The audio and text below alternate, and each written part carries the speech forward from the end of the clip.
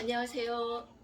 2020년 6월에 뼈와 림프까지 암이 전이되어서 4기 유방암 진단받은 그럼에도 감사하고요.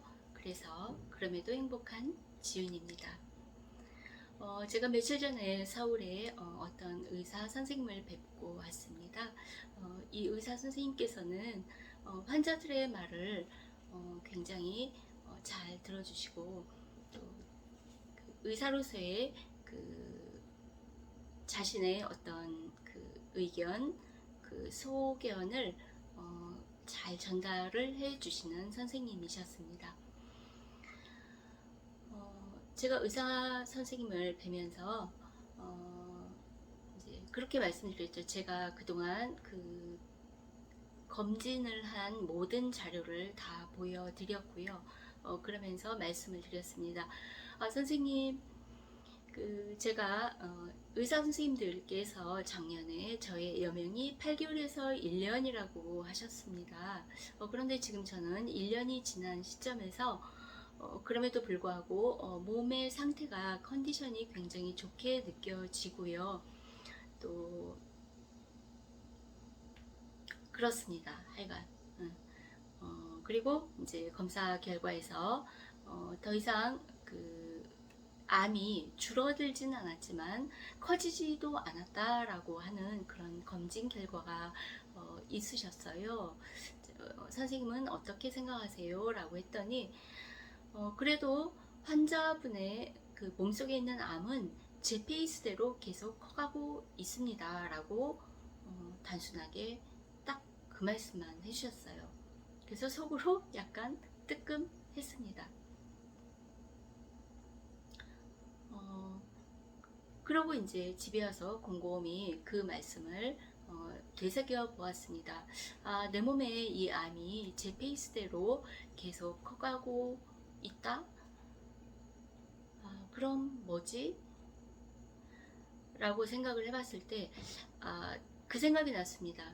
그 암은 무한증식한다 라고 하는 그 설을 처음으로 펴낸 150년 전에 독일의 어떤 그 의학자가 이제 암은 무한증식을 한다라고 하는 거를 발표를 했는데요. 그것이 이제 계속 의학계의 교과서에 실려서 그 암에 대한 공부를 하는 의사 선생님들이 공부를 하고 나와서 저희들을 진료를 하고 있는 거예요. 그런데 역시 지금 저하고 상담한 이 의사 선생님도 다른 의사 선생님들도 다 마찬가지이겠지만 이 의사 선생님도 단지 그 명제만 가지고 저에게 말씀을 해주신 거 아닌가라는 생각이 들었습니다. 네, 암은 무한 증식 하는 그 특성을 가지고 있다라고 하는 거지요. 예, 그 암세포인 이상 그 명제에서 벗어날 수는 없는 거라는 거죠. 예, 그래서 물론 제 몸속에 있는 암도 무한 증식을 할 거다라는 얘기예요. 자, 그렇다면은 제가 지금 생각났는데요. 이 의사 선생님께 그 말씀을 듣자마자 제가 또 뭐라고 질문을 했냐면, 선생님, 그러면 그 말기암 환자들이 산에 가서 암이 나아져서 그러니까 병원에 와서 검사를 했을 때 완전히 없어진 경우는 뭡니까? 라고 했어요. 그랬더니 그거는 굉장히 예외적인 케이스죠. 예외를 일반화시킬 수는 없습니다. 예외적인 케이스를 일반화시킬 수는 없습니다. 라고 해요. 그 말을 듣고는 저는 이제 말문이 닫아졌죠. 왜냐면 그 말씀도 틀린 말씀이 아니고 맞는 말씀이기 때문이에요. 그래서 이제 더 이상 이제 대화가 진행이 안 되고 그냥 집으로 왔는데요. 그 말씀도 지금 제가 집에 와서 곰곰이 생각을 해봤습니다. 그랬더니 자, 이렇게 정리가 되더군요. 의사 선생님 입장에서는 환자가 말기암 환자가 난 건 그럼 뭐냐라고 얘기했을 때 당연히 그 예외적인 케이스를 가지고 일반화시킬 수 없는 거는 의사 선생님들 입장은 맞습니다. 그리고 또 저에게 그렇게 말씀을 해주신 거는 100번 이해가 되어요. 그런데요, 그런 말씀과 별도로 우리가 조금 생각을 깊이 해볼 필요가 있지 않을까요? 말기암 환자가 산으로 갔건 바다로 갔건 나았다는 사실은 분명히 있어요. 왜? 그분들이 병원에 가서 검사 결과를 보면 완전히 안 나타나는 거예요. 산으로 가고 바닷가로 가기 전에는 분명히 사진 검사상에 나와 있었단 말이에요. 암이 있었어요. 그렇다면 이 암은 바닷가로 갔기 때문에, 산으로 갔기 때문에 무한증식 하던 그 특성을 잃어버렸나요? 그냥? 그거는 아니다라는 얘기죠. 그거는 분명히 아닐 것이다. 저는 원인이 없는 결과는 없다라고 생각을 합니다. 네, 물론 아까 이 말기암 환자가 낳은 이 케이스가 예외적인 경우다라고 해서 10,000명 중에 1명, 10만 명 중에 1명 꼴로 그 확률상 그렇게 드물게 있는 일인 것은 맞습니다. 그렇다면 우리가 생각을 좀 달리 해볼 수도 있지 않을까요? 10,000명 중에 1명, 10만 명 중에 1명인 이 사람만 암이 줄어들고 없어질 수 있는 원인을 제공을 했다라는 거예요. 나머지 10,000명 중에 1명을 제외한 10만 명 중에 1명을 제외한 사람들은 그런 암이 없어질 만한 일을 안 했다는 거죠. 이해가 되십니까? 그냥 10,000명 중에 1명, 10만 명 중에 1명인 이 사람만 암이 줄어들 수 있도록, 그래서 없어질 수 있도록 실천을 하고 행동을 하고 원인 제공을 한 거예요. 그 나머지의 사람들은 그런 행동을 하지 않고 그냥 암이 무한증식을 할 수 있는 그런 범위 내에서의 생활을 했다라고 봐야 하지 않을까요? 단지 확률이 그렇게 적다고 해서 무시할 일이 아니라는 거죠. 오히려 제가 좀 많이 안타까운 거는요, 정부라든가 이 의학계에서 그 예외적인 케이스의 사람들을 집중적으로 연구를 하면 저는 뭔가 굉장히 좋은 그 암 치료의 방향, 암 치료의 어떤 근원적인 토대를 충분히 마련할 수 있을 거라고 생각을 해요. 그런데 정부나 의학계에서 그런 데는 돈을 투자를 안 하는 거예요. 연구를 안 하니 연구비를 안 쓰는 거예요. 네. 그래서 이렇다 할 만한 안내를 의사 선생님들도 저희들한테 못 해준다라는 얘기죠. 왜? 아는 게 없으니까. 그래서 의사 선생님께서 저에게 작년에 당신 수명이 8개월에서 1년밖에 안 돼 라고 하신 말씀이나 지금 지금 서울의 선생님께서 당신 몸에 있는 그 암은 계속 자기 페이스대로 무한증식 하고 있는 중이에요 라고 아주 당연하다는 듯이 저에게 말씀을 하셨어요. 그런데요, 대부분의 모든 암 환자들이요, 이 두 가지 얘기를 들으면은요, 의사 선생님이 말씀하셨다는 그 사실 하나만으로도 의사 선생이라는 그 권위에 눌려서 그 말이 완벽한 진실이 되어서 내 머릿속에 박히고 내 가슴속에 박혀서 그 한도 내에서 벗어나올 수가 없는 거예요. 그 얘기를 들으면 얼마나 두려워요. 내가 1년밖에 못 산다고?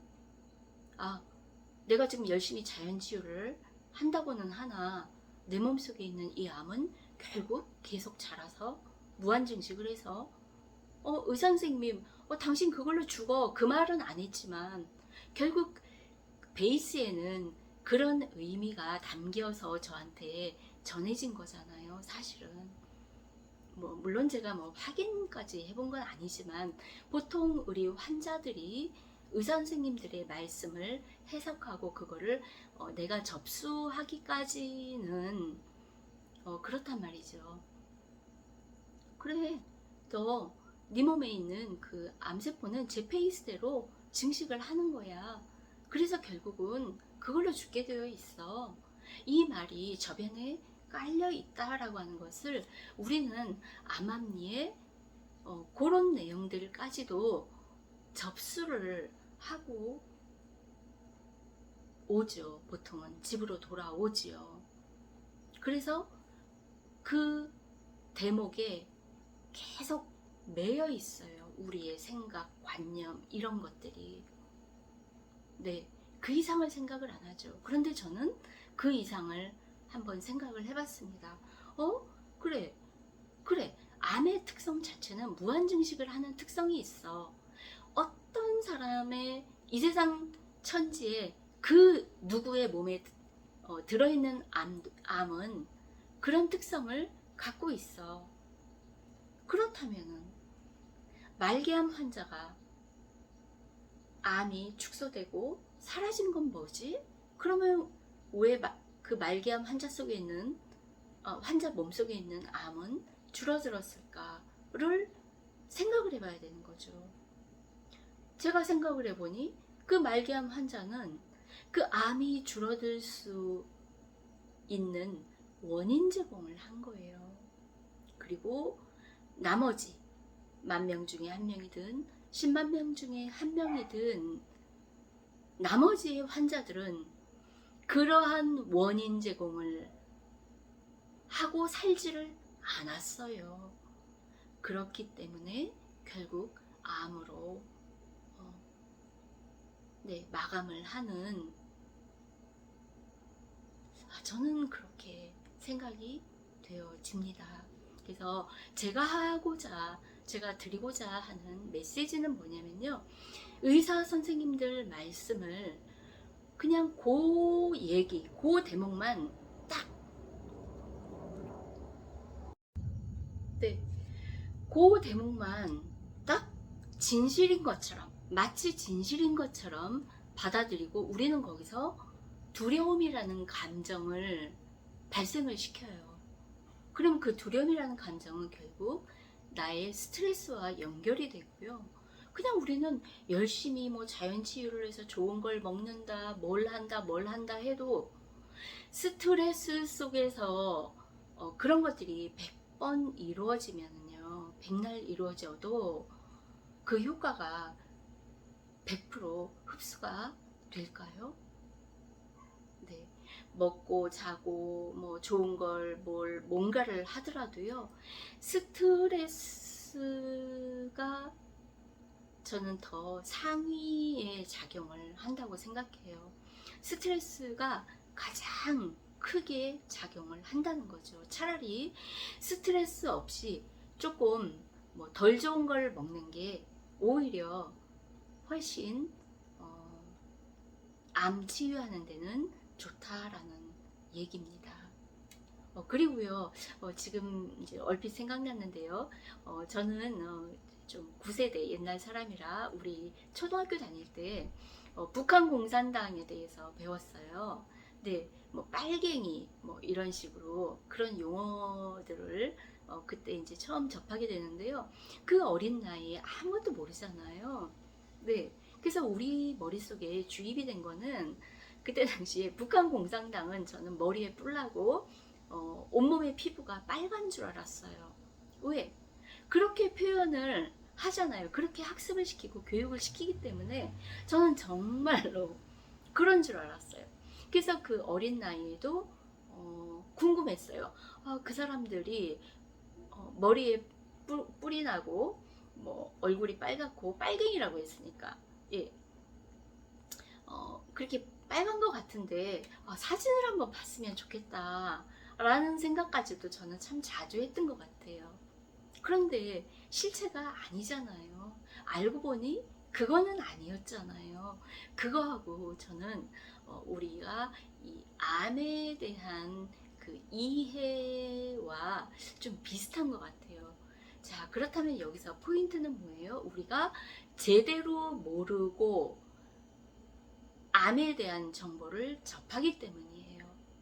우리 초등학교 때 1, 2학년, 3, 4학년 때 아무것도 모르는데 그 굉장히 큰 사람처럼 여겨지는 학교 선생님께서 그런 굉장히 커다랗게 느껴지잖아요. 초등학교 선생님, 내 앞에 서 계신 저 선생님이, 그 선생님이, 그런 권위를 갖고 계시는 선생님이 북한 공산당 얘기하고 빨갱이라고 하는 그런 표현을 서슴없이 했을 때에는 우리 어린 아무것도 모르는 우리들은 그대로 그거를 접수하고 받아들이고, 또 그대로만 접수하고 받아들이나요? 상상력까지 동원해서 두려움과 무서움 이런 것들을 품게 된단 말이지요. 그와 똑같다라는 생각이 들었습니다. 암에 대해서도 우리가 제대로 모르면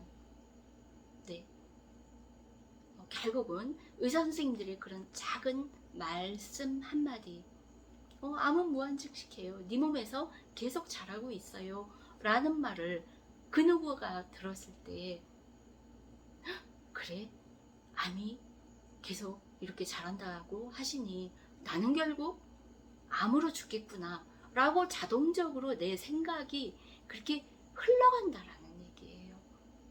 그런데 우리가 조금 더 연구하고 깊이 있게 조금만 더 생각을 한다면 그렇다면 말기암 환자 속에 있는 뭐 암은 특별해가지고 그 사람 암은 왜 줄어들었냐는 거죠. 그죠? 줄어들었다면 거기에는 원인이 있다. 줄어들었을 만한 행동을 했고 원인 제공을 했다는 거예요. 그것을 연구하고 그것을 나도 하면 되지 않을까? 네. 그렇다면 최소한 암이 없어지지는 않더라도요. 암이 성장하는 것을 중지시킬 수도 있다. 라는 생각은 해볼 수 있잖아요. 네. 그래서 우리가 의사 선생님들 말씀을 듣되 참고를 하되 어느 선까지 어떻게 참고를 하고 받아들여야 하는가, 그 부분에 대해서 조금 나누고 싶어서 영상을 켰습니다. 사람은요, 그 생각대로 이루어진다. 저는 이 말이 맞다라고 생각을 합니다. 이 부분에 대해서도 굉장히 드릴 말씀이 많은데요. 시간이 너무 많이 지나서 오늘은 여기까지 하겠습니다. 생각하는 습관도 굉장히 중요하고요. 생각을 어떻게 하는가가 우리 이 암이 커질 수도 있고 줄어들 수도 있고 합니다. 네. 이 부분에 대해서는 다음 영상으로 다시 찾아뵙겠습니다. 끝까지 들어주셔서 감사합니다.